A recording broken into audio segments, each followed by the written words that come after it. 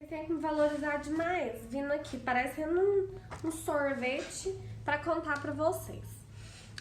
Então, na semana que eu fiz a cirurgia da lesão no útero, né, causada pelo HPV, que a gente já conversou sobre, eu tinha feito também uma coribiópsia e até tinha postado algumas coisas aqui no Instagram, mas eu não tinha falado pra vocês o que que foi, o que que aconteceu, e aí eu vim contar agora.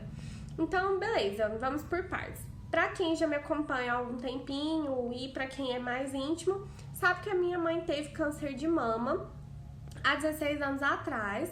Ela, né, teve que retirar a mama total, então uma mastectomia, né, 100%. Depois ela fez reconstrução, ela passou pelo processo de quimioterapia e na época não foi fácil, né, foi muito difícil.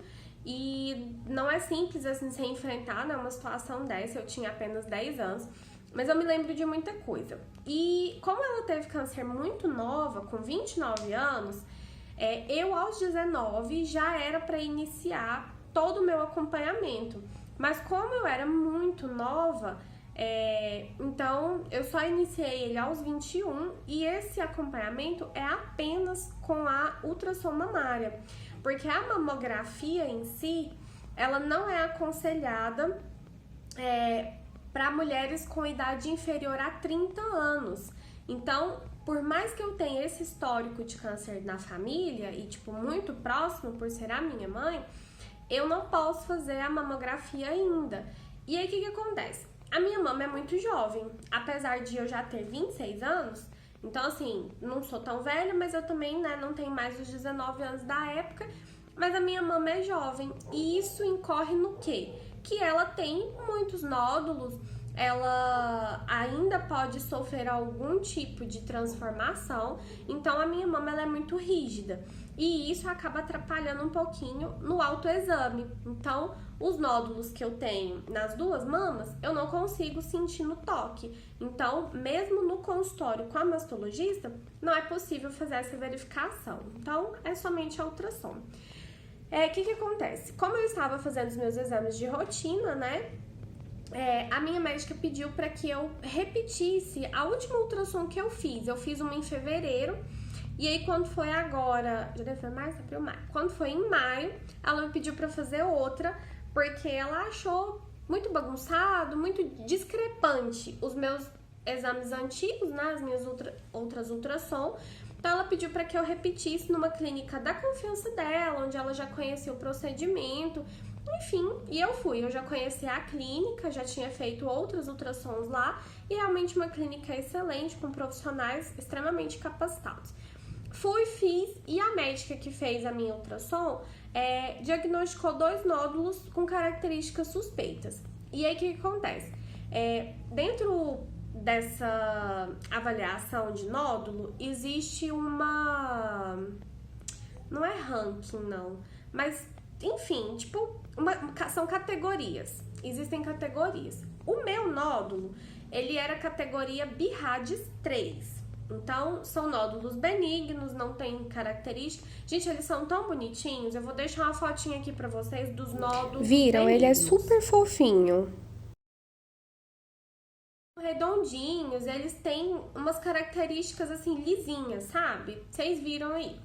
E aí, o que ela diagnosticou com característica suspeita, ele era mais deformadinho, sabe? Mais enginhadinho. Vou colocar aqui agora a foto dos nódulos com características suspeitas, eram Viram? 2. Ele é mais borradinho, ela até põe umas manchinhas vermelhas. Como esses 2 nódulos eram suspeitos, a minha categoria subiu. Ela foi para BIRADS 4. E aí, ok, foi solicitada uma coribiópsia. Na época da minha mãe, ela fez uma punção. Então, muita gente conhece a punção. Ela é feita no consultório, o médico segura ali o local onde está o nódulo, enfia uma agulha fininha, aspira o líquido e manda aquele líquido pro laboratório, né, para fazer a avaliação.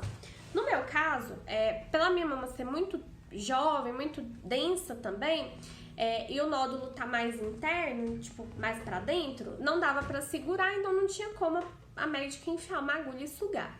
Então, essa coribiópsia, ela é com uma agulha, mas ela é um procedimento diferente. Então, eu fui, né, pra clínica fazer essa coribiópsia, ela é feita através de ultrassom, ela é guiada por ultrassom. Aí a médica faz um corte com um bisturi, e ela anestesia o local antes, então ela introduz uma agulha fininha, anestesia, faz o corte com bisturi. Detalhe que onde ela corta com bisturi não pega anestesia. Então sim, eu senti o corte com bisturi, senti o sangue descendo. Gente, foi horrível. Mas assim, eu assisti tudo porque eu gosto de ver tudo, eu quero saber o que tá pondo, o que tá tirando.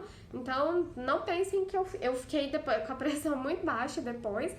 Mas eu assisti tudo, em momento algum eu desmaiei. Se eu fosse desmaiar, ia ser depois que ela tivesse falado que acabou, mas deu tudo certo. Então ela anestesia, faz o corte com bisturi e enfia essa agulha grossa.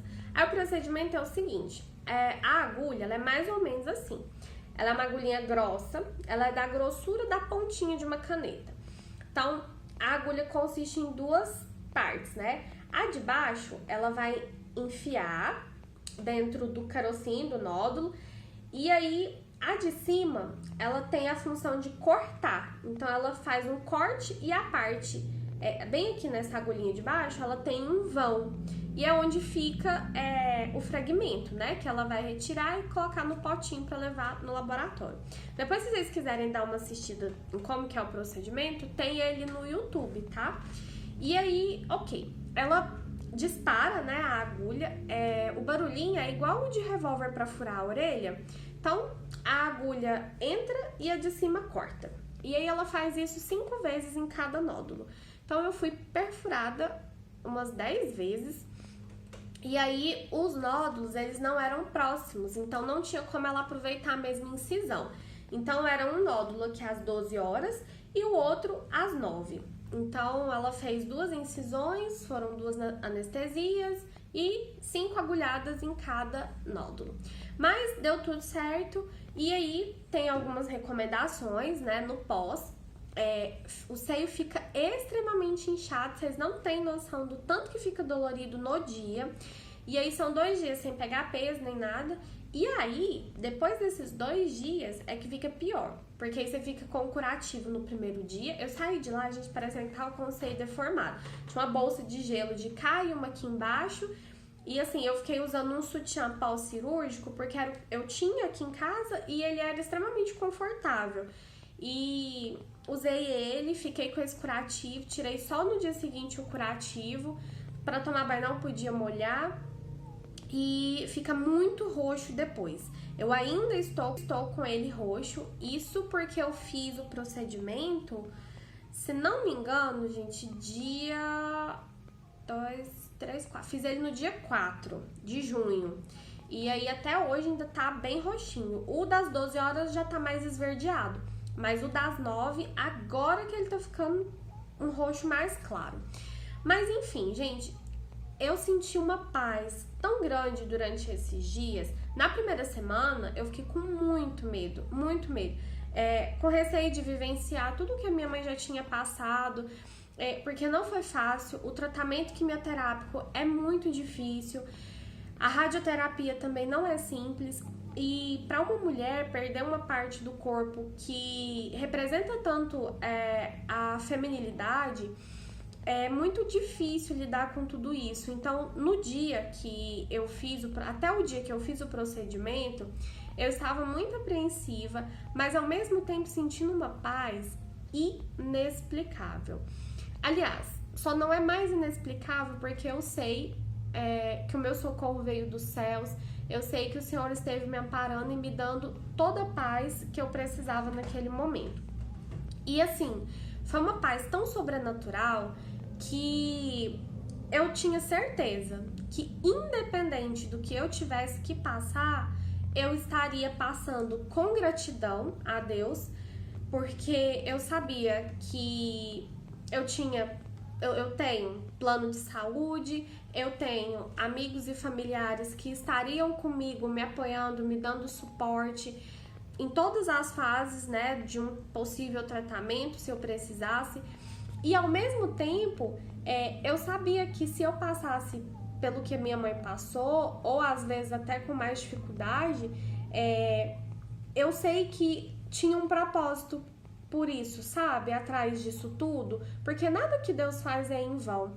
E disso tudo que eu pude tirar e quero passar para vocês é essa entrega. Gente, não tem nada mais gratificante que você aprender a entregar de corpo e alma as suas coisas para Deus, os seus projetos, os seus medos, as suas incertezas, as suas inseguranças, os seus sonhos, tudo você entrega para Ele.